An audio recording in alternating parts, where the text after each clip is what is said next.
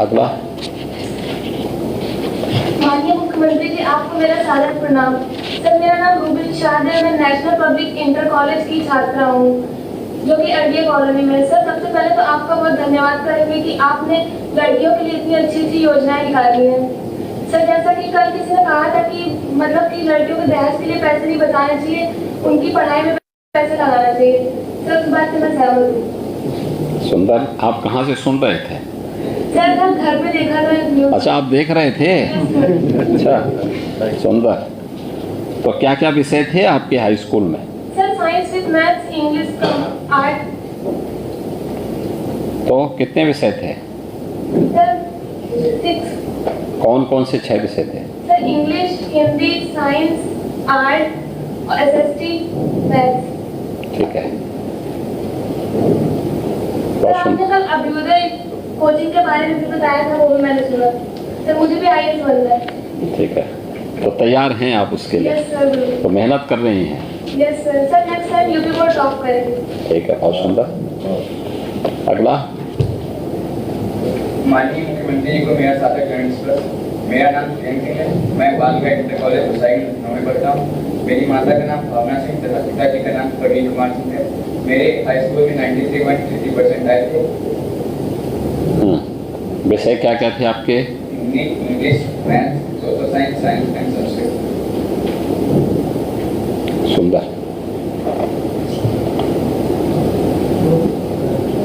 माननीय मुख्यमंत्री जी को मेरा सादर प्रणाम। मेरा नाम आकांक्षा साहू है। मैं आरडी मेमोरियल इंटर कॉलेज की छात्रा हूँ। मेरे इस बार 10th बोर्ड में 93.33% मार्क्स थे और मेरी माता जी का नाम गीता साहू है और पिताजी का नाम राजेश कुमार है। विषय क्या क्या थे आपके? सर, मेरे विषय Hindi, English, mathematics, social science, science and drawing. ठीक है।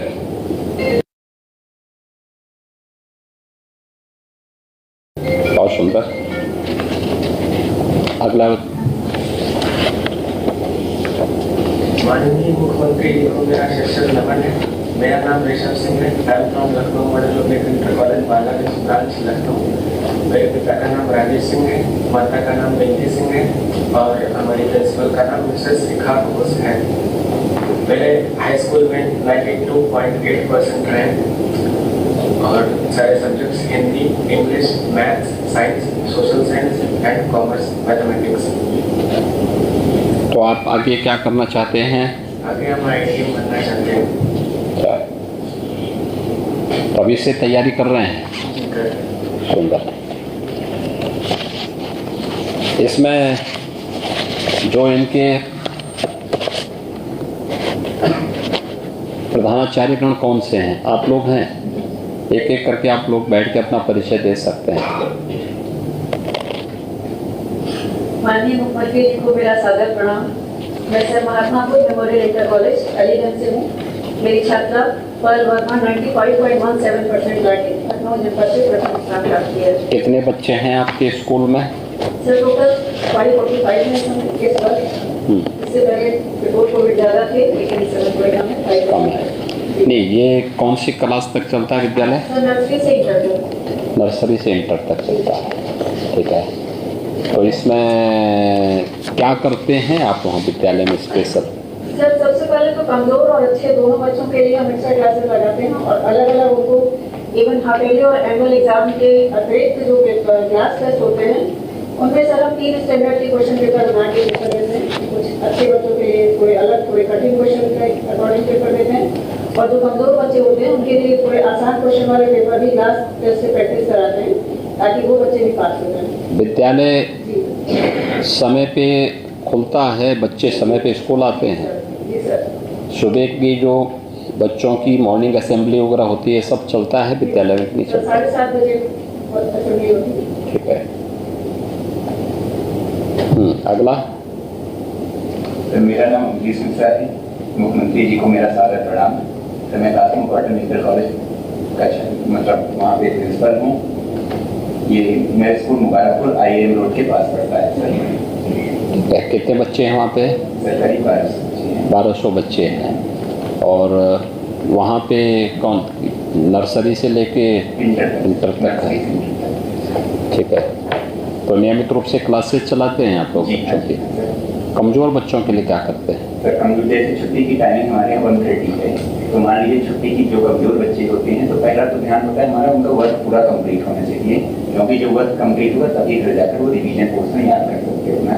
और 1:30 से 2:30 तक पर डे कोई न कोई टीचर एक सब्जेक्ट वाइज उनको रोकेगा और उनको उस तरीके से नॉलेज तो बहुत सारे बच्चे तो ऐसे होंगे जो बच्चे अपने घर से सुबह ब्रेकफास्ट करके नहीं आते होंगे, जी हाँ तो उन लोगों का कैसे इतनी देर तक रह पाते हैं? सर। जैसे ब्रेकफास्ट नहीं करते हैं पहले से इंफॉर्मेशन हम दिए रहते हैं कि किस किस बच्चों को हमें रोकना होता है। और सर लंच का जो समय होता है हमारा उसमें हम मोस्टली गार्जियन से संपर्क करेंगे, या तो बच्चे के लोग या गार्जियन को बुलाएंगे, लेकिन ब्रेकफास्ट आना अनिवार्य है। शिक्षक पूरे हैं आपके पास जी हाँ जी विद्यालय में? जी हाँ। ठीक है, धन्यवाद जी। तो माइक बंद कर देंगे। अगला। माननीय मुख्यमंत्री जी को मेरा सादर प्रणाम। मेरा नाम सब्यसाची तिवारी है और मैं राजकुमार इंटर कॉलेज का प्रधानाचार्य हूँ। और मेरे यहाँ लगभग 560 बच्चे हैं, नर्सरी से लेकर के इंटर तक चलता है सर। ठीक है, तो क्या तैयारी करते हैं? स्पेशल क्या है जो बच्चों के लिए आपके यहाँ सर लागू स्पेशल होता ये है? है कि टाइम टेबल के अलावा लास्ट में एक रेमेडियल क्लास होती है, वो हर एक क्लास के लिए होती है। उसमें हर एक बच्चे के जो कमजोर बच्चे हैं उन पर विशेष रूप से ध्यान दिया जाता है। और 9 से लेकर के जो 12th वाले बच्चे हैं उनको हम संडे को भी 2 घंटे की स्पेशल क्लास एक्स्ट्रा क्लास बुलाते हैं, जिसमें जो उनकी कमियां हैं उन पे हम लोग ज्यादा से ज्यादा ध्यान देते हैं। ठीक है, बहुत सुंदर। अगला। माननीय मुख्यमंत्री जी को सशक्त मैं Lucknow Model Public Inter college Balaganj branch के प्रधानाचार्य श्रीमती शिखारी घोष हूँ। मेरे यहाँ तकरीबन 1000 विद्यार्थी पढ़ते हैं। बिशप ने इस बार हमारे विद्यालय का सम्मान बढ़ाया है। लखनऊ के टॉपर स्टेज में इसमें अपना स्थान प्राप्त किया। यह एक बहुत गर्व का विषय है प्रधानाचार्य होने के नाते। कितने बच्चे हैं आपके यहाँ? 1000 बच्चे हैं। तो किन किन विषयों के बारे में पढ़ाते हैं आप वहाँ बच्चों को?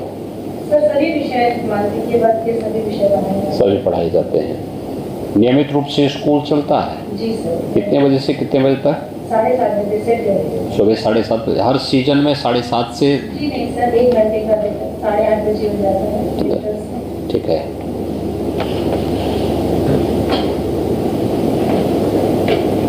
माननीय मुख्यमंत्री जी को मेरा सादर प्रणाम। मैं अनुजा श्रीवास्तव बालगंज इंटर कॉलेज गोसाईगंज की प्रधानाचार्य हूँ।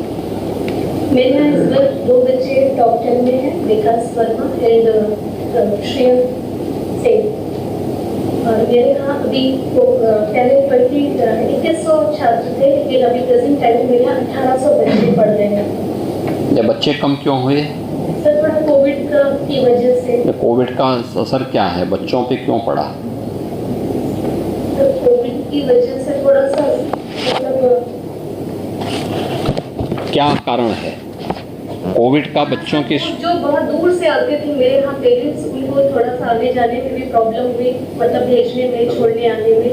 इस मेन रीजन ये है सर, क्योंकि काफी दूर से बच्चे आते थे, लेकिन अब फिर से एडमिशन ले रहे हैं और फिर मेरे यहाँ ये सभी नहीं, आप लोगों ने उन अभिभावकों के साथ संवाद बनाया? जी जी बिल्कुल बिल्कुल, बराबर उनको फोन वगैरह से कांटेक्ट किया उनसे, तो कह रहे थे मैम जैसे ही वो होगा तो हम फिर से उन्होंने लिया। देखिए, शिक्षकों को, क्लास टीचर को प्रयास होना चाहिए कि महीने में एक बार अभिभावकों के साथ संवाद बनाने के लिए फिजिकली भी हमें भेजना चाहिए। जी हमारे बराबर, क्योंकि छात्रों के साथ और छात्रों के अभिभावकों के साथ अगर हमारा व्यक्तिगत इंटरेक्शन नहीं होगा तो इसका असर आपके विद्यालय पर तो पड़ेगा ही। अभिभावक को भी नहीं पता लगेगा कि क्या हो रहा है विद्यालय में। और मुझे लगता है कि इन चीज़ों पर एक बार जरूर विचार करना चाहिए। अच्छा है, बहुत सुंदर। आगे। माननीय मुख्यमंत्री जी नमस्कार, मैं ज्योत्सना मिश्रा पाइनियर मॉडल से इंटर कॉलेज विकास नगर की बच्चा है। हमारे स्कूल में लगभग 600 बच्चे हैं और उन बच्चों से कांटेक्ट, गार्जियन से कांटेक्ट हम लोग का बराबर रहता है, हर स्टेप पर रहता है। कमजोर बच्चे हैं उनके लिए हम रेमेडियल क्लासेस, उनसे कांटेक्ट क्या करते हैं। इस सबसे पहले हम मना करते हैं उन चीज़ों के लिए जो कोचिंग पढ़ने के लिए भागते हैं बच्चे, कोचिंग के साथ साथ वो जो स्कूल की पढ़ाई प्रॉपर वो नहीं कर वहाँ पाते पर हैं। भी लोग सबसे अगर पहले छान- गार्जियन को भी बताना हमारे लिए जरूरी होता है, और बच्चों को तो समझाते ही हैं सर तो। नियमित क्लासेस चलती हैं? जी, नियमित क्लासेस चलती हैं पूरे 8 बजे से 2 बजे तक क्लासेस हम चलाते हैं। सर्दियों में टाइम थोड़ा चेंज हो जाता है, अदरवाइज सब ठीक है। बच्चे लगन से पढ़ते हैं और हम लोग पूरी केयर करते हैं। चलिए, वहाँ धन्यवाद। अगला। आदरणीय मुख्यमंत्री जी को मेरा प्रणाम। मैं R D memorial Inter college की प्राचार्य हूँ। मेरी बच्ची है आकांक्षा साहू, 93.3 लेके आई है। और सर, प्रसन्नता की बात है कि आपसे उसी के बच्चे की बेहद से ही मुलाकात हो रही है। नहीं, मेरे उन बच्चों के बहाने आप लोगों से मेरी मुलाकात हो गई। कह रहे हैं इस बच्चे के बहाने ही हम लोग यहाँ आपसे मुलाकात कर रहे हैं। अच्छा काम करेंगे तो अच्छा रहेगा, नाम तो आप ही लोगों का होना है। और सर, मेरे जो है विद्यालय में 1000 बच्चे हैं। सुंदर। हाँ नियमित रूप से क्लासेस चलती हैं आप लोगों हाँ के? सर, क्लासें भी चलती हैं। जो बच्चे वीक हैं उनको हम सर असेंबली बिफोर, जैसे हम लोग अपना 0 पॉइंट लगाए हैं सर। जैसे असेंबली हमारी होती है 7:40 पे, तो हम अपने टीचर को बुला लेते हैं, मैथ, साइंस, बायो। तो इन बच्चों को भी बुला के पहले वो बच्चे असेंबली में ना आते सर, तो उनको 0 पॉइंट यानी 45 मिनट 50 मिनट इनका पहले पीरियड लगा देते हैं। ये बच्चे पढ़ने के बाद फिर अपना पीरियड ज्वाइन कर लेते हैं। वो भी बच्चों के साथ ऐसा रहता है। रेमेडियल भी चलाते हैं। सुंदर। और गार्जियन से भी संपर्क सर पीटीएम के माध्यम से, या हम लोग होम विजिट मैं खुद जाती हूँ उनके घर मिलने गार्जियन से कि बच्चा है, बच्चे से आपको बुलवा रहे हैं गार्जियन को, बच्चा सूचित नहीं कर रहा है सर। 9 to इंटर वाले बड़े बच्चे, तो हम लोग स्वयं जाते हैं उनके घर, उनके पेरेंट्स मिलते हैं, फिर वो आते हैं, फिर हम लोग उसके जो है पढ़ाई के विषय में बात करते हैं। चलिए, बहुत सुंदर। हाँ, अगला। मंत्री की वीडियो से आपको सादर प्रणाम। मैं national public Inter college LDA से हूँ, वहाँ के प्रिंसिपल मैम हूँ। और मेरे 2 बच्चों ने, रूबी और अंकित शुक्ला, दोनों ने हमारे जॉब 4th और 5th रैंक ली है। इससे पहले भी हमारे यहाँ के इंटर के बच्चे आ चुके हैं रैंक में। और बाकी इन बच्चों की क्लासेस जो हम लोग चलाते हैं वो वीक बच्चों के ग्रुप बनाते हैं। कुछ जो ज़्यादा वीक होते हैं उनके अलग, उससे ऊपर 3 ग्रुप बनाते हैं, जो बहुत ही टॉप लगता है कि हमारे उसमें आ सकते हैं। उनका कुछ ग्रुप अलग हम लोग बनाते हैं। तो उनको डेली तो टीचर्स हमारे एक क्लास में जनरल क्लास लेते हैं, जैसे इक्वल सारे बच्चों को। फिर इन बच्चों को हम अलग से कुछ गाइड करते हैं, कुछ नोट्स देते हैं। बाकी उनकी जो IQ से संबंधित बेसिक, जैसे मैथ सब्जेक्ट हो गया, तो मैथ सब्जेक्ट में हम इनकी क्लासेस लगाते हैं अलग से, जिसमें हम हर बच्चे को नोट करते हैं कि सब्जेक्ट में तो अच्छा है, लेकिन कुछ चीज़ें उसकी बेसिक वीक हैं। उन बेसिक चीज़ों को लेकर हम इन बच्चों को गाइड करते हैं। बच्चे भी क्या साथ देते हैं, पेरेंट्स भी देते हैं। बाकी पेरेंट्स मीटिंग हम लोग करते हैं मंथली, या कभी 1 मंथ छोड़ के कर लेते हैं, जिससे पेरेंट्स को आना कंपलसरी होता है। यदि पेरेंट्स प्रेजेंट नहीं होंगे तो हम बच्चे को गाइड नहीं करेंगे। फिर हम, अगर कोई पेरेंट्स नहीं भी मानते हैं या नहीं आते हैं, फिर उनके घर हमारा टीचर स्टाफ जाता है। स्कूल से मैं फ़ोन करती हूँ, उनको आना कंपलसरी, क्योंकि बच्चे की हर न्यूज़ पेरेंट्स तक रहनी बहुत ज़रूरी है। बच्चे आज के कई बार नहीं बताते पेरेंट्स को सारी बातें, तो पेरेंट्स के पास, मदर फादर के पास रहना बहुत जरूरी है। अच्छा साथ देते हैं। विद्यालय में आप लोगों के यहाँ लाइब्रेरी है सभी जगह, तो क्या इन बच्चों को कभी लाइब्रेरी जाने के लिए भी बोलते हैं आप लोग? Smart class library, computer class, even जो कंप्यूटर हमारे छोटे बच्चे भी हैं उन्हें भी हम जरूर ले जाते हैं। कुछ चीज़ें उनको भी शुरू से देते हैं। हर बच्चे को कंप्यूटर रूम में और लैब में जाना। विद्यालय में आप लोगों ने पुरातन छात्र परिषद का गठन नहीं किया है?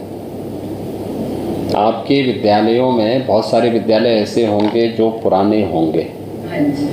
तो उसमें अगर पुराने छात्रों की भी एक सूची बना करके उन लोगों को, सभी छात्रों को समय समय पर, साल में कम से कम 2 बार 4 बार अगर आप बुलाएंगे अच्छी तो बैठते हैं, बुलाते हैं, कुछ बच्चे जैसे हमारे घर से दूर हो जाते हैं, आउट ऑफ सिटी। और आउट ऑफ सिटी होंगे तो किसी एक अवसर पर पर्व त्योहार के समय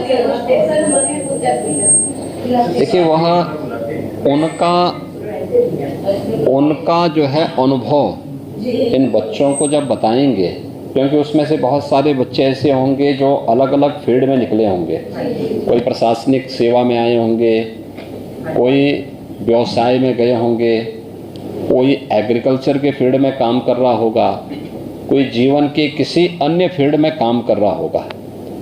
उनको बुलाएंगे, वह बच्चों को काउंसलिंग करेंगे, बताएंगे, या आपके यहाँ कभी कोई सांस्कृतिक कार्यक्रम हो रहा होगा उसके बारे में वे लोग भी अगर अपने अनुभव के बारे में बताएंगे तो उसका काफ़ी लाभ होगा बच्चों को। इसमें अभिभावक सभी लोग आए हैं, सभी लोग आए हैं, एक एक करके आप बता पाएंगे? पहले यहीं से शुरू हो जाए, यहीं से हैं आप? अच्छा, कोई बात नहीं, वैसे माइक है, बैठ करके आप ही वैसे बोल दीजिए। आपका नाम क्या? श्रीमती विजय लक्ष्मी है? नहीं, अंजना वर्मा। अंजना वर्मा आपके नाम? आप इनकी माता जी हैं पल्लव वर्मा के?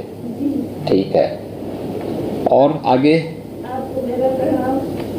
और प्रिंसिपल विजय लक्ष्मी जी यहाँ प्रिंसिपल होंगे। आप जो अंजना वर्मा हैं? ठीक है। आगे श्रीमती लीलावती जी हैं आप? ठीक है। आप कुछ बोलना चाहते हैं? अभिभावक कुछ बोलना चाहेंगे? मैं अपनी बेटी के ऊपर बहुत गर्व करती हूँ। हाँ, माइक पकड़ भी सकते हैं, माइक पकड़िए ना। हाँ, ऐसे। अब उसने बहुत मेहनत की और हम लोगों ने भी बहुत सपोर्ट। मेहनत के लिए जब आप लोग उस प्रकार का माहौल देंगे तो बेटी अवश्य मेहनत कर सकती है। हाँ, और हमें बहुत उम्मीद थी कोई दिन जब लेके आएगी इतने नंबर। ठीक है। और हमें बहुत खुशी है कि यहाँ तक पहुंची। मेहनत करते आप लोग भी अगर अच्छा माहौल देंगे, बेटा और बेटी में भेदभाव नहीं करेंगे तो अपने आप समस्या का समाधान हो जाएगा। ठीक है, बहुत सुंदर। कितने बच्चे हैं आपके? 3 बेटियां हैं सर। तीनों बेटियां हैं? हाँ। तो तीनों को पढ़ा रहे हैं? हाँ, ये सबसे छोटी बेटी। ये सबसे छोटी है। हाँ। सुंदर। अच्छा, आगे? आपका नाम क्या है? श्रीमती लीलावती जी आप हैं? ठीक है। आपका जो है पुत्र अच्छा अंक प्राप्त किया है, कैसा लगा आपको? अच्छा लगा। तो केवल पढ़ाई करता है कि खेलकूद की भी गतिविधियों में भाग लेता है? अच्छा, ठीक है, ठीक है, ठीक है। अरे आपको तो अच्छा है, भोजन भी समय पे भोजन होना चाहिए, समय पे पढ़ाई होनी चाहिए, दोनों चीजें होनी चाहिए। ठीक है, ठीक ठीक ठीक, बहुत सुंदर। आगे श्रीमती सर्वेश यादव आपका नाम है? तो आपकी बेटी ठीक पढ़ रही है ना? बहुत सर पढ़े, उनको बहुत गर्व है, उनको पता नहीं ना लड़की हमारे इतनी आ पाएगी। हाँ, ठीक है, बहुत सुंदर। तो पता चला लड़की लड़का में क्या भाव होता है। हाँ, देखे, इसीलिए तो बेटी और बेटे में भेदभाव नहीं होना चाहिए। अच्छा है, उसको खूब पढ़ाइए मेहनत से। हाँ, ठीक है, अच्छा है, सुंदर। हाँ, आगे श्रीमती ज्योति उपाध्याय जी आप हैं? जी सर। आपकी बेटी जो है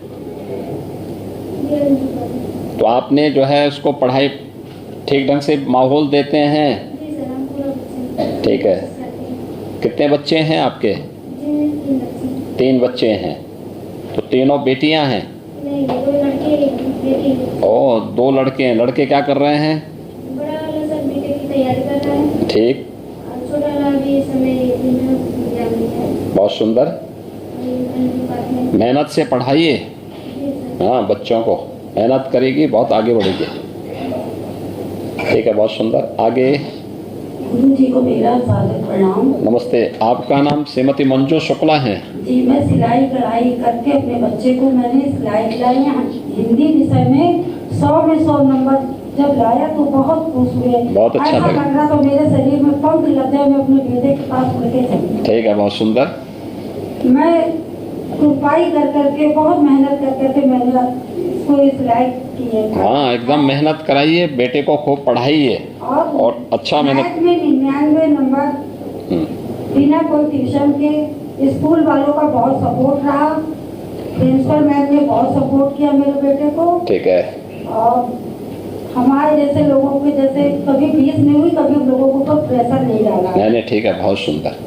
और अच्छा, स्कूल का बहुत अच्छा रिस्पॉन्स रहा है और हम लोगों को समय समय पर बहुत ध्यान दिया गया है। बहुत अच्छा है। देखिए, आप अभिनंदनीय हैं, मेहनत करके बच्चे को पढ़ा रही हैं। सबसे ज्यादा खुशी हमको तब आई जब इसने हिंदी विषय में, जब हिंदी जैसा जब हम लोग पढ़ते थे इतने कम नंबर मिलते थे, वो हम लोग मुहावरा लिखते थे और क्या नाम कुछ लिखने में हिचकिचाते थे। जब मेरे बेटे ने हमको बताया मम्मी हमने स्कूल और हिंदी के जितने भी जीवन पढ़ते हैं बहुत सुंदर तरीके से लिखे, तो हमने कहा तुमने तो बाबू मेरा सीना चौड़ा कर दिया। बहुत सुंदर, बहुत सुंदर, बहुत अच्छा किया आपने। देखिए, आपको सब मालूम है कि कैसे लिखा जाना चाहिए, तो वही माँ बाप के संस्कार तो बच्चे पे आएंगे ही आएंगे। बता के देखिए किस तरीके से आपको लिखना है। ठीक है, बहुत सुंदर। नहीं, अच्छा है, एक बड़ी उपलब्धि है। हिंदी में 100 अंक आ जाएं, 100 में से 100 अंक आ जाएं, बहुत बड़ी उपलब्धि है वो। और आगे पढ़ाने में थोड़ा सा यही दिक्कत हो रही, इतनी कम 3000 रुपए की आय में मैंने अपने बच्चे की सिलाई। आप मेहनत करिए, सरकार भी सहयोग करेगी। ठीक है, घबराने की आवश्यकता, एकदम चिंता की कोई बात नहीं। भैया की पढ़ाई में किसी प्रकार की कोई कमी नहीं आएगी। गुरु जी आप घबराओ मत, एकदम सरकार उसको देखेगी। आगे श्रीमती सुनीता वर्मा जी आप हैं? हाँ जी। ठीक है, बहुत सुंदर। आपका जो है पुत्र विकास वर्मा जी, मेहनत बंद करते हो ना? ठीक करता है। ठीक है, घर में परेशान तो नहीं करता? नहीं, कोई परेशानी नहीं। ठीक है, बहुत सुंदर। ठीक है, मेहनत कराओ बच्चे को खूब। मेहनत करके मैं पढ़ाती बच्चे को अपने। गाय पाले उनका दूध लगाया हुआ पढ़ाते हैं। गाय का दूध भी है तो उसको पीने के लिए भी देते हैं? पीने को देती हूँ गाय भाई। ठीक है, सुंदर, बहुत अच्छा, अभिनंदन आपका। ठीक है, आगे श्रीमती शारदा निषाद। शारदा निषाद जी आप हैं? नमस्ते। बेटी रूबी है। हाँ। मैं बहुत खुश हूँ उसकी पढ़ाई से, जो इतने अच्छे नंबर लाई है। ठीक है। और बहुत पढ़ती थी रात के। हाँ। जब मैं जागती थी तो पढ़ती मिलती थी, बैठती थी, सोती कब उनको हाँ। पढ़ाई करती थी, इसलिए हम बहुत खुश हैं जो इतने अच्छे नंबर से पास हुई। ठीक है, समय पे जगना, समय पे सोना, क्योंकि स्वास्थ्य के लिए भी आवश्यक है। अच्छा स्वास्थ्य होगा तो अच्छा अंक भी व्यक्ति प्राप्त करेगा, है ना? तो स्वास्थ्य की रक्षा के साथ साथ अच्छे अंक प्राप्त करने के लिए एक स्वस्थ प्रतिस्पर्धा होनी चाहिए, और उस दिशा में आपकी पुत्री ने प्रयास किया है। अच्छा है, बहुत सुंदर, बधाई आपको। आगे श्रीमती भावना सिंह जी आप हैं? जी सर, आपको सादर प्रणाम। नमस्ते। तो आपके पुत्र ने श्रेयंक सिंह ने जो है अच्छे अंक प्राप्त किए, कैसा लगा आपको? जी सर, बहुत अच्छा लगा, लेकिन इसका पूरा श्रेय मैं उनके दादाजी और उनकी प्रिंसिपल और उनके स्कूल को देती हूँ। और उनके पिताजी? सर, माता पिता तो है, लेकिन अच्छा। पूरा सबसे ज्यादा श्रेय उनके दादाजी को। मतलब इनके दादा ने ज्यादा मेहनत की? सर, इनके दादा ने छोटे से इनके ऊपर बहुत ध्यान दिया सर। ठीक है, चलिए, आपने यहाँ पे काफी लोगों को इसके लिए प्रेरित कर दिया। इसमें ज्यादातर लोग ऐसे होंगे जो इस समय दादा बन रहे हो। नहीं सर, वो उनके दादा ही है जो आज उनको इस मुकाम पे पहुँचाए हैं, बहुत ज्यादा मेहनत की है सर। ठीक है, तो उनकी सेवा आप लोग करते हैं कि नहीं करते हैं? करते हैं सर, हम लोगों से ज्यादा हमारा बच्चा खुद करता है सर उनकी सेवा। नहीं, उसको तो आप उसको पढ़ाई करने दीजिए, आप लोगों को करना चाहिए। हम लोग तो करते हैं सर। नहीं तो जैसे कोई बुजुर्ग होता है, लोग उनको भेज देते हैं वृद्धाश्रम में या घर से बात कर देते हैं।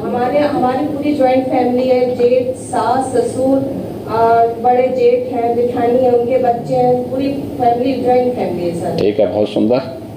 पति क्या करते हैं आपके? कुछ नहीं सर, किसान है। किसान हैं यहाँ? सब लोग हैं, रिटायरमेंट, ससुर सिर्फ रिटायरमेंट, तो वो जो कानूनगो थे रिटायर हुए हैं। ठीक है, बहुत सुंदर। खूब मेहनत से पढ़ाओ, ठीक है ना? खूब मेहनत से पढ़ाइए, रास्ता अपने आप निकलेगा।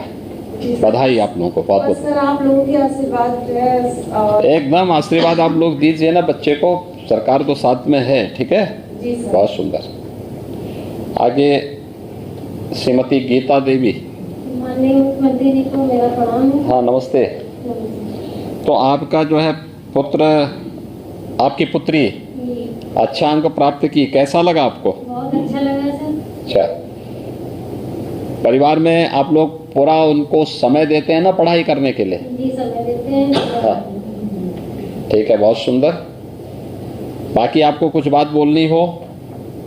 जी मैं सभी बच्चों से ये कहना चाहूँगी हाँ कि पढ़ाई करते रहिए। बहुत सुंदर, खूब मेहनत करिए हैं, ठीक है, बहुत सुंदर, बधाई आपको। आगे माता जी के पिताजी। हाँ तो ये पिताजी क्यों इन्होंने अपनी जो है इनके ऋषभ की माता जी क्यों नहीं आई? सर माता जी गांव में है, अचानक से बाद में बोला तो जा नहीं पाए सर। तो गांव में रहते हैं, आप शहर में रहते हैं? नहीं मैं तो सर बालक लखनऊ में रहता हूँ। अच्छा ठीक है, बहुत सुंदर। माननीय मुख्यमंत्री जी को मेरा सादर प्रणाम। कितना देर पढ़ाई करते हैं? सर ये सब तो सर काफी रात तक पढ़ाई करते हैं सर, 12 बजे तक जग करके पढ़ाई करते हैं। ठीक है, बहुत सुंदर। कभी कभी तो सर 3-4 बज जाता है। देखिए, समय पे जगना और समय पे सोना। जी सर। अगर रात्रि में 10:30 11 बजे तक ये बच्चे आराम करने के लिए चले जाएं, सो जाएं और सुबह 4 बजे के आसपास उठेंगे तो स्वास्थ्य के लिए भी अनुकूल होगा। रात्रि भर जगने से सुबह व्यक्ति अपने आप को देखेगा कि उसको काफ़ी दिन भर थकान अनुभव होता है और स्वास्थ्य पर भी एक लंबे समय के बाद स्वास्थ्य पर भी उसका गलत असर पड़ता है। इसलिए समय पे जगना और समय पे खेलना, समय पे खाना, समय पे खेल कूद की गतिविधियों में भी भाग लेना, ये भी होना चाहिए और बच्चों को इसके लिए प्रोत्साहित करना चाहिए। हर बच्चे को किसी न किसी खेल के कार्यक्रम के साथ भी जोड़ना चाहिए। देखिए, इसमें शारीरिक और मानसिक विकास भी होगा, साथ साथ वह बौद्धिक विकास से जुड़े हुए भी बहुत सारे खेल होते हैं जहाँ व्यक्ति को निर्णय लेने की क्षमता उसको करना होता है ना, उसमें ये सभी चीज़ें उसी से पैदा होंगे। इसलिए बच्चों को खेल कूद से भी वो नहीं करना चाहिए। ज़रूर 1 घंटा का समय निकालें वो इन सब चीज़ों के लिए, योगिक क्रियाओं को करें, प्राणायाम को करें। कितने बच्चे थे जो योग दिवस के दिन योगासन करने के लिए गए थे? सब लोग गए नहीं होंगे भाई, हैं? घर पे गए थे, जहाँ पे कार्यक्रम हो रहा था वहाँ नहीं गए थे? हैं? गए थे? चलिए बहुत सुंदर, तब तो आप लोग बहुत अच्छा काम कर रहे हैं अगर आप योगासन वगैरह में गए थे तो। इन बच्चों ने, कितने ऐसे बच्चे हैं जो नियमित रूप से लाइब्रेरी जाते हैं? कोई स्कूल की लाइब्रेरी में जाता है या पब्लिक लाइब्रेरी कहीं होगी आपके अगल बगल? कितने बच्चे हैं जो लाइब्रेरी में जाते हैं? आप जाते हैं, स्कूल की लाइब्रेरी में जाते हैं नियमित रूप से? प्रयास होना चाहिए लाइब्रेरी में जाना। एक दूसरा, महत्वपूर्ण बातों को अपनी एक अलग डायरी में नोट करना, महत्वपूर्ण घटनाओं को नोट करना, इसकी आदत होनी चाहिए। इसके अलावा हमें एक और प्रयास करना चाहिए कि बहुत सारी चीज़ें, देखिए समाचार पत्र कितने बच्चे पढ़ते हैं इसमें नियमित रूप से? एक समाचार पत्र पढ़ते हैं, 2 पढ़ते हैं, 1 पढ़ते हैं। हमारा प्रयास हो कि एक हिंदी और एक इंग्लिश के समाचार पत्र को, जो नेशनल न्यूज़पेपर हो, उस प्रकार के उसको पढ़ेंगे तो आपको देश, दुनिया और राज्य की और लोकल खबरों की जानकारी होगी। ये खबर जो आज खबर है वह कल के लिए आपके लिए जनरल नॉलेज का आधार भी तैयार करता है। जनरल नॉलेज के लिए फिर आपको अलग से पुस्तक लेकर के उसको रटने की आवश्यकता नहीं पड़ेगी, व्यक्ति अपडेट रहेगा। और नहीं तो होता क्या है कि जहाँ अपडेट नहीं रहते तो फिर एक समय हमें उस प्रकार की पुस्तकों को मंगा करके उसको देखना होता है। समाचार पत्रों को नियमित रूप से देखना, कोई समाचार आया तो समाचार को पूरा पढ़ना, ऐसी नहीं कि सरसरी निगाह डाल दी देख लिया। बहुत बार होता है कि हेडिंग कुछ और होता है, अंदर न्यूज कुछ और होता है। बहुत सारी चीज़ें उसके माध्यम से मिलती हैं। दूसरा, समाचार पत्र का बीच का एक पेज होता है जो संपादकीय पृष्ठ होता है, एडिटोरियल पेज होता है। इसमें समाज के अलग अलग तबके से जुड़े हुए विद्वानों के, उन समाचार पत्र के संपादक के, या फिर कहीं पे शिक्षाविद का, कहीं किसी उद्योगपति का, कहीं पे किसी राजनेता का, कहीं पे किसी अन्य उसका आलेख आते हैं, उनके आर्टिकल आते हैं और उसमें बहुत रोचक होते हैं, बहुत प्रभावी होते हैं।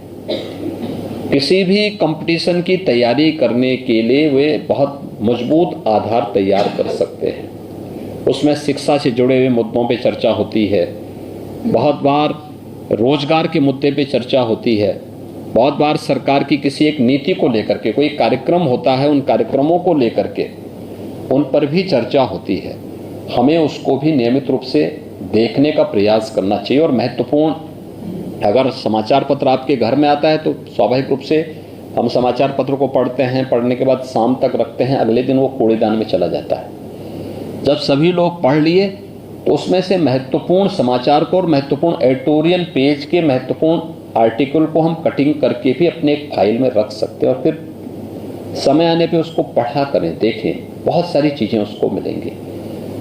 अच्छी पुस्तकें जहाँ भी मिलती हैं, प्रकाशन मिलती हैं, उसको हमें अपने पास रखने का प्रयास करना चाहिए। अगर हमारे पास व्यवस्था नहीं है तो कम से कम हम अपनी अच्छी पुस्तक लाइब्रेरी में देने की आदत भी डालें, पब्लिक लाइब्रेरी में, स्कूल की लाइब्रेरी में। अब जैसे आप हाई स्कूल पास करने के बाद अगली कक्षा में जाएंगे, अगली कक्षा में जाने के बाद आपके पास हाई स्कूल की जो बुक्स होंगी, जो किताबें होंगी आपका दायित्व बनता है कि उस पुस्तक को घर में कूड़ेदान में फेंकने की बजाय या रद्दी में बेचने की बजाय उसे अपने स्तर पर विद्यालय की लाइब्रेरी को अगर आप दान कर दें, किसी गरीब बच्चे को दे दें,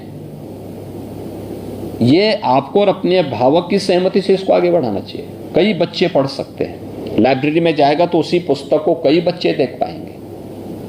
और हमारा प्रयास होना चाहिए कि ये प्रक्रिया आगे बढ़े, लाइब्रेरी में अधिक से अधिक पुस्तकें हों, अधिक से अधिक प्रकाशन आने चाहिए, लोगों के मन में एक रुचि होती दिखाई देनी चाहिए। ये सभी चीज़ें हमें जानकारी होती रहनी चाहिए, एकदम हर एक जानकारी के बारे में होना चाहिए। कौन भारत के राष्ट्रपति हैं, कौन भारत के प्रधानमंत्री हैं, कौन भारत के उपराष्ट्रपति हैं, भारत के सर्वोच्च न्यायालय के मुख्य न्यायाधीश का नाम क्या है, तो समय समय बदलते होंगे। प्रदेश के हमारे राज्यपाल कौन हैं, कौन मुख्यमंत्री है, देश के अंदर कितने राज्य हैं, उन प्रमुख राज्यों के मुख्यमंत्री राज्यपाल कौन कौन हैं, किस राज्य की राजधानी कहाँ पर, किस राज्य की राजधानी कहाँ पर है, ये चीज़ें सामान्य उसका विषय है, हमें इसके बारे में जानकारी रखनी होगी। और नहीं तो अगर हम अभी से अपने आप को अपडेट नहीं करेंगे तो बाद में हमारे लिए दिक्कतें खड़ी करती हैं सब चीज़ें। दोस्तों, छोटी छोटी चीज़ों को हमेशा ध्यान में रखना। आप में से कितने ऐसे बच्चे हैं जिन्होंने प्रधानमंत्री जी की पुस्तक या प्रधानमंत्री जी ने आपके बोर्ड परीक्षा के ठीक पहले बच्चों के साथ संवाद किया था, परीक्षा पे चर्चा का एक कार्यक्रम चला था, आप लोगों ने देखा था ना? प्रधानमंत्री जी जो बात मन की बात में करते हैं, मन की बात के कार्यक्रम को कितने बच्चे सुनते हैं? देखिए, बहुत अच्छी चीजें बताते हैं प्रधानमंत्री जी। मन की बात ये तो रविवार के दिन आता है, और मन की बात के कार्यक्रम के साथ अगर आप जुड़ेंगे तो बहुत सारी रचनात्मक चीजें आपको देखने को मिलेंगी। बहुत बार उसमें योजनाओं के बारे में, या आप जैसे तमाम बच्चों ने जो देश के अंदर कहाँ पे कौन सा अच्छा काम किया उसकी चर्चा भी प्रधानमंत्री जी करते हैं। देश के अंदर किसी प्रगतिशील किसान ने कहाँ अच्छा काम किया है, किसी नौजवान ने कहाँ पर कौन सा अच्छा काम किया है, किसी किसान ने कहाँ पर कौन सा अच्छा काम किया है, समाज जीवन के जुड़े हुए अलग अलग लोगों ने कहाँ पर अच्छा काम किया है, इसकी भी चर्चा प्रधानमंत्री जी अपने मन की बात पे करते हैं। और समय समय पर परीक्षा के ठीक पहले परीक्षा पे चर्चा भी प्रधानमंत्री जी का एक कार्यक्रम आता है। उन्होंने स्कूली छात्रों के लिए, खास तौर पर परीक्षा देने वाले बच्चों के लिए, हर बच्चे को तो हर साल परीक्षा देनी ही होती है, लेकिन प्रधानमंत्री जी ने एक बात और की, और वह थी उन्होंने एग्जाम वॉरियर्स के नाम पे एक पुस्तक भी लिखी। हिंदी में भी है, इंग्लिश में भी है, देश के अन्य भाषाओं में भी है। परीक्षा के नाम से हमें घबराना नहीं, बल्कि उसको एक सहज दिनचर्या का हिस्सा मान करके उसके साथ जुड़ जाना है।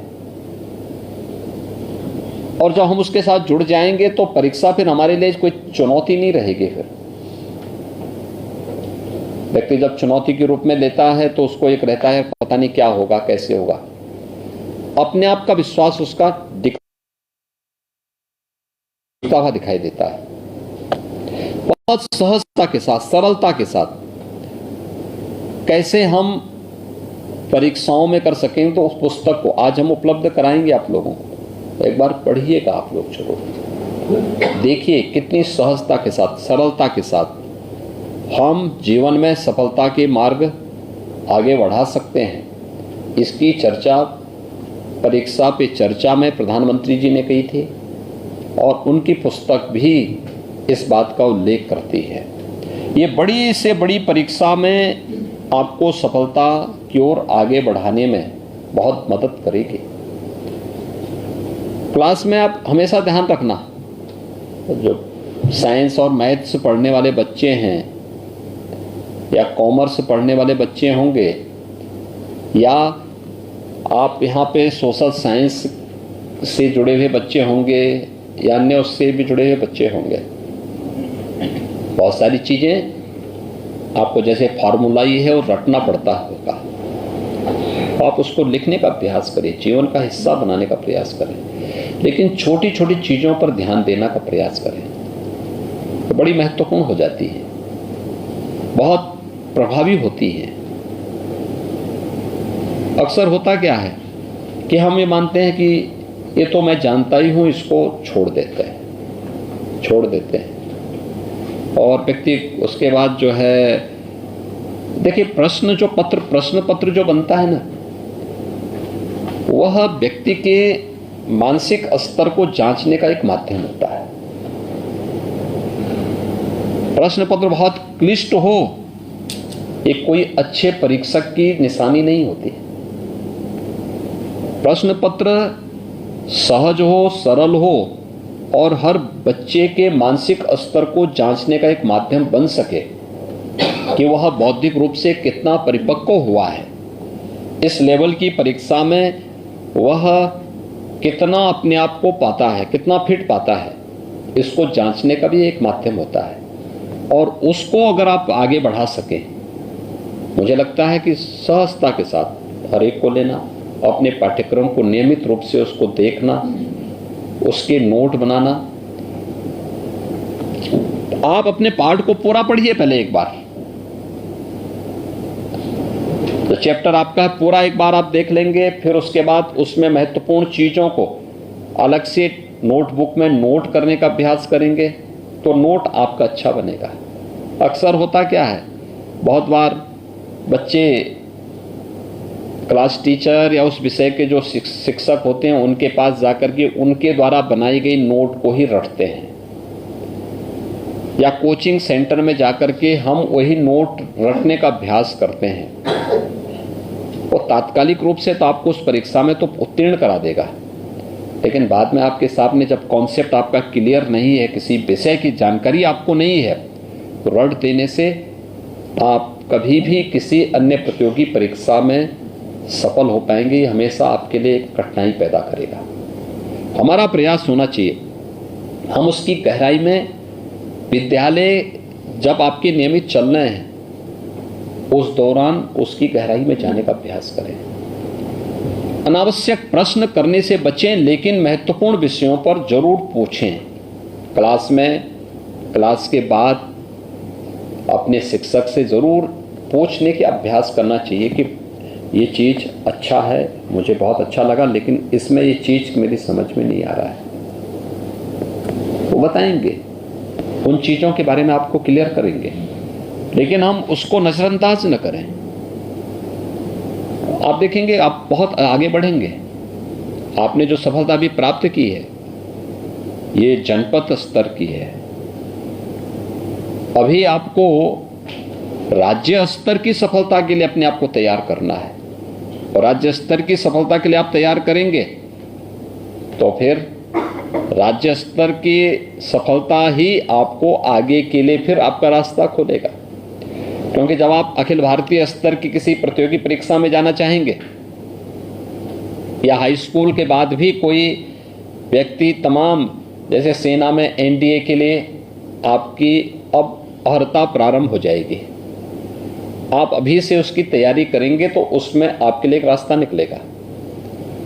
लेकिन इसके बारे में आपको जानकारी होनी चाहिए। स्कूल नियमित रूप से जाना, समय पे जगना, समय पे सोना, समय पे अपना भोजन लेना, समय पे खेलकूद की गतिविधियों में भी भाग लेना। घर के साथ में है तो परिवार के भी कुछ कार्यक्रमों में योगदान देना। ये सभी चीजें एक साथ मिलेंगे तो आपको जीवन में हमेशा सफलता का रास्ता आपका खुलेगा। इसमें से जो बच्चे हैं, इन 10 बच्चों में से कोई कुछ पूछना चाहता है? एक एक करके। सर, आपसे मेरा निवेदन है कि जैसे कि एनसीईआरटी पैटर्न हमारे सभी विषयों में लागू हो गया पर हिंदी में नहीं लागू हुआ, तो सर आप हिंदी में लागू भी नहीं करिएगा, क्योंकि वही एक ऐसा विषय बचा है जिसमें हम भगवान श्री कृष्ण और भगवान श्री राम के बारे में कुछ जानते हैं, कुछ ही यानी रचना के बारे में जानते हैं, लेकिन जानते हैं, इसलिए उसको आप बने रहने दीजिए, उसी से हमारी शान है। ठीक है, बहुत सुंदर। अगला, हाँ बोलो। जैसा कि अक्षर ने कहा कि हिंदी भाषा हमारी मातृभाषा है, तो हमें उससे मतलब इंग्लिश से ज़्यादा हिंदी को महत्व देना चाहिए। आजकल ज़्यादा से ज़्यादा टीचर बोलते हैं कि मतलब इंग्लिश ज़्यादा इंपॉर्टेंट है, हर जगह अगर कहीं जाते हैं तो बोलते हैं इंग्लिश ज़्यादा पढ़ी होनी चाहिए, मतलब बोलना आना चाहिए। तो सर हिंदी हमारी मातृभाषा में उसको इम्पोर्टेंट देना चाहिए। सर, और लड़कियों के लिए आपने इतनी सारी योजनाएं निकाली, उसके लिए आपको बहुत बहुत धन्यवाद। उस योजना के बारे में बताएंगे? सर, आपने बहुत सारी निकाली है, उससे मतलब लड़कियों का भी फायदा हुआ है। पहले इतना मतलब जैसे माननीय प्रधानमंत्री जी ने निकाली थी बेटी बचाओ बेटी पढ़ाओ, उससे भी काफी मतलब समाज पे उसका असर पड़ा है। आजकल की लड़कियां इतना पीछे नहीं रहती है। देखिए, इसमें बेटियों के लिए बहुत सारी योजनाएं हैं। बेटी के जन्म लेने से लेकर के और स्नातक तक की पढ़ाई, यस सर, उसके लिए भी केंद्र सरकार ने भी और राज्य सरकार की भी योजनाएं हैं। बेटी बचाओ बेटी पढ़ाओ का है, प्रदेश में मुख्यमंत्री कन्या सुमंगला की योजना है। इसी प्रकार से बेटी जब शादी ब्याह के योग्य हो जाए, माँ बाप की स्थिति उस प्रकार की नहीं है, तो मुख्यमंत्री सामूहिक विवाह की योजना भी हम लोगों ने प्रदेश के अंदर लागू की है। स्कॉलरशिप, किसान है, किसान के परिवार के बच्चे की पढ़ाई के लिए, अनुसूचित जाति, जनजाति, पिछड़ी जाति के बच्चों की पढ़ाई के लिए सरकार के द्वारा समय समय पर स्कॉलरशिप देने का भी प्रावधान किया गया है। बहुत सारी योजनाएं हैं, कमी योजनाओं की नहीं है। योजनाओं की जानकारी होना और योजनाओं की जानकारी के अनुसार समय पे उस पर आवेदन करना, ये महत्वपूर्ण होता है, और उन्हीं सब कार्यक्रमों को लेकर के सरकार आगे बढ़ती है। जहाँ तक हिंदी या इंग्लिश की बात की गई है, हिंदी हमारी राजभाषा है और इसको नियमित अभ्यास का हिस्सा हमें बनाना चाहिए।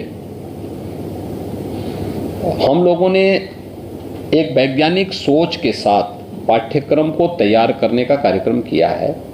खासतौर पर वैज्ञानिक सोचिए कि जो अच्छा है, एनसीईआरटी ने मैथ्स है, साइंस है, कॉमर्स है, अन्य विषयों को लेकर के जो अपने यहाँ शोध किए थे उसको हम लोगों ने माध्यमिक शिक्षा की पाठ्यक्रम का हिस्सा बनाया। लेकिन इसके साथ ही हम लोगों ने एक व्यवस्था और राज्य में की कि किसी भी बच्चे को बाद में उसके सर्वांगीण विकास के लिए आवश्यक है कि वो अपने अतीत के बारे में जानकारी रखता हो, अपने देश, अपने काल और अपनी परिस्थितियों के साथ उनके साथ आगे बढ़ सके, चाहे वह स्वतंत्रता संग्राम सेनानियों से जुड़े हुए स्थानीय उन स्तर पर जो स्वतंत्रता आंदोलन के दौरान आंदोलन हुए थे, विभिन्न प्रकार के अभियान चले थे, उनसे जुड़े हुए जो नायक हैं उन राष्ट्र नायकों के प्रति भी सम्मान का भाव पैदा हो सके। देश की आज़ादी के लिए जिन महापुरुषों के नेतृत्व में पूरा अभियान चला था उनके बारे में, या विदेशी आक्रांताओं के खिलाफ जिन योद्धाओं ने समय समय पर देश को संगठित करके उस लड़ाई को आगे बढ़ाया उनके बारे में, या फिर हमारे ऐतिहासिक और पौराणिक व्यवस्था से जुड़े हुए उन दैवीय शक्तियों के बारे में भी जानकारी दी जाती है। मर्यादा पुरुषोत्तम भगवान श्री राम हो, भगवान श्री कृष्ण हो, या फिर उसके बाद भी अन्य कुछ जो ऐसे महापुरुष हैं, महाराणा प्रताप हैं, छत्रपति शिवाजी महाराज हैं, गुरु गोविंद सिंह जी महाराज हैं, या रानी लक्ष्मीबाई है, या अन्य जो भी इस प्रकार के महापुरुष हैं, उन सब के बारे में अलग अलग पाठ्यक्रम में हम लोगों ने तो बेसिक शिक्षा परिषद से इसको शुरू कर दिया है। हर यानी बेसिक शिक्षा परिषद के पाठ्यक्रम में भी हम लोगों ने ये व्यवस्था की है कि उन महापुरुषों की जानकारी हम वहाँ पे दे सकें। अलग अलग स्तर के बच्चों के लिए फिर अलग अलग प्रकार की पुस्तकें भी उनके लिए उनके पाठ्यक्रम का एक वैकल्पिक विषय के रूप में उन्हें देने का प्रयास हुआ है, और इसको नियमित रूप से पढ़ना चाहिए, लाइब्रेरी में रखी जानी चाहिए, बच्चों को बताया जाना चाहिए, समय समय पर इसके बारे में बताया जाना चाहिए। स्कूल कॉलेजेस का भी जिम्मेदारी बनती है कि वह शासन की योजनाओं के प्रति निरपेक्ष न बने, उन्हें जानकारी होनी चाहिए मुख्यमंत्री कन्या सुमंगला योजना क्या है, स्कॉलरशिप की स्कीम बच्चों के लिए कहां-कहां से है, जिससे उन स्कीम की जानकारी वे बच्चों को दे सकें और समय पे आवेदन कर सकें। क्योंकि अक्सर होता क्या है कि ऑनलाइन अब इसमें आवेदन करना होता है, ये पोर्टल एक निश्चित समय के लिए खुलता है, अगर हमने समय पे आवेदन नहीं किया तो पोर्टल इसके बाद बंद होने के बाद में सरकार के स्तर पर डीबीटी के माध्यम से जब धनराशि जाती तो वे बच्चे उससे वंचित हो जाते हैं जिन्होंने समय पे आवेदन नहीं किया है। और उन चीज़ों की जानकारी विद्यालय स्तर पर भी होनी चाहिए, और विद्यालय स्तर पर भी इन कार्यक्रमों को देने की जिम्मेदारी माध्यमिक शिक्षा परिषद की होनी चाहिए, जिससे माध्यमिक शिक्षा परिषद के माध्यम से जिला विद्यालय निरीक्षक और जिला विद्यालय निरीक्षक जब प्रधानाचार्यों की बैठक जनपद स्तर पर करें तो प्रधानाचार्य स्वयं प्रयास करें कि वे स्वयं जाएं।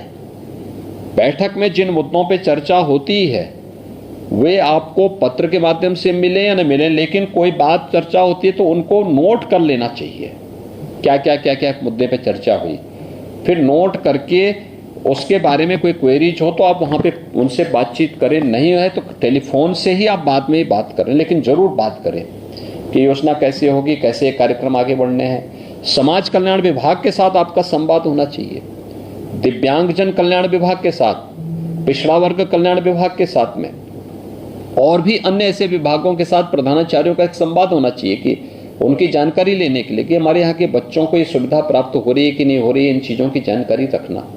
ये बहुत सारी चीज़ें हैं। देखिए, स्कूल आना और स्कूल में हम क्लास ले लें इतने तक आपकी जिम्मेदारी समाप्त नहीं होती है।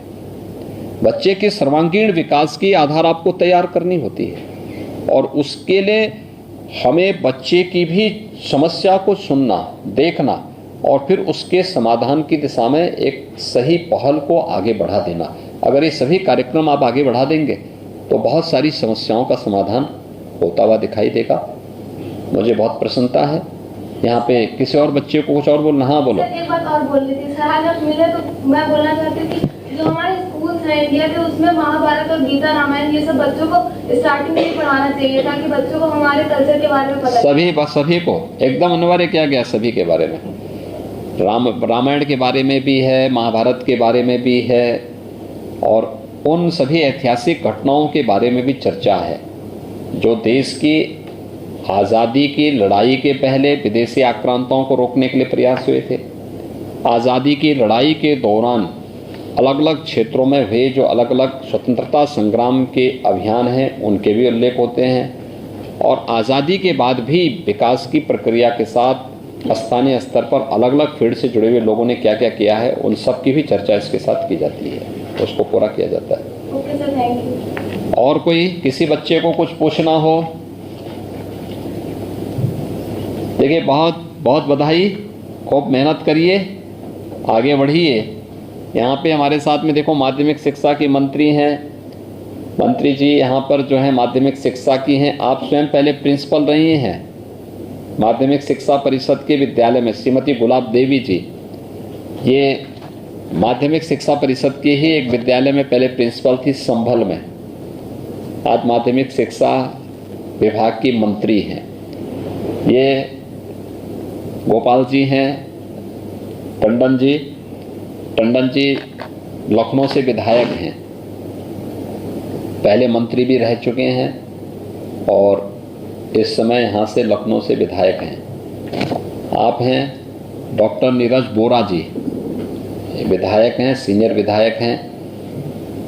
आप हैं हमारे योगेश शुक्ला जी, माननीय विधायक हैं आप भी। तो ये लोग भी यहाँ पर आप लोगों के साथ आए हैं, बाकी यहाँ पे सीनियर अधिकारी भी यहाँ पर जुड़े हैं। आप में से बहुत सारे बच्चों को अभी से अपने पाठ्यक्रम की तो आप तैयारी करेंगे ही, एडमिशन ले रहे होंगे। एडमिशन लेने के बाद बहुत सारे बच्चे अगर एनडीए में जाने के इच्छुक होंगे तो उनको राज्य सरकार के द्वारा अभ्युदय कोचिंग की एक व्यवस्था की गई है, हमें जानकारी रखनी होगी। मैं माध्यमिक शिक्षा परिषद से भी बोलूँगा, जिला विद्यालय निरीक्षक से भी और प्रधानाचार्यों से भी कहूँगा, उनकी लाइब्रेरी में इसका लिंक जरूर होना चाहिए। ऑनलाइन क्लासेस कैसे चलती हैं उसमें इसके बारे में बच्चों को बताया जाना चाहिए, और बहुत रचनात्मक और रोचक जानकारी इन बच्चों को उसके माध्यम से मिलेगी। लाइब्रेरी जाने का प्रयास करिए, हमेशा अपने आप को हर प्रकार की जानकारी से अपडेट रखने का प्रयास करेंगे तो जीवन में सदैव सफलता आपको प्राप्त होगी, और आपके माँ बाप का जो सपना है वो सपना भी साकार होगा। अच्छा प्रयास आप लोगों ने किया। कोरोना कालखंड हमारे लिए बहुत बड़ी चुनौती थी, और इस चुनौती में भी आप लोगों ने मेहनत करके अपने जनपद की रैंकिंग में स्थान बनाया है। जनपद स्तर पर आप लोगों का सम्मान का अलग से कार्यक्रम होगा, लेकिन मैंने आवश्यक समझा कि मैं एक बार आप लोगों के साथ स्वयं भी संवाद बनाऊं, क्योंकि वहाँ पे सम्मान का कार्यक्रम होगा, बहुत इस प्रकार का इंटरेक्शन नहीं हो पाएगा, परिचय व्यक्तिगत हो पाना बहुत कठिन हो जाता है। लेकिन राज्य स्तर का भी लखनऊ में होगा और जनपद स्तर का हर एक जनपद में होना है, तो ये भी कार्यक्रम हम लोग आगे बढ़ा रहे हैं। आप लोग सभी मेहनत से अपनी पढ़ाई करिए, अपने माँ बाप और अपने गुरुजनों की आज्ञा का पालन करिए। मेहनत का कोई विकल्प नहीं हो सकता, मेहनत करते रहिए, लेकिन पढ़ाई के साथ साथ अन्य गतिविधियों में भी, खेलकूद की गतिविधियां हैं, सांस्कृतिक गतिविधियां हैं, उन सब में भी आप लोगों को अपने को पारंगत करने का प्रयास करना चाहिए। ये मुझे आप सबसे कहना था। आपको, आपके अभिभावकों को, आपके गुरुजनों को बहुत बहुत बधाई।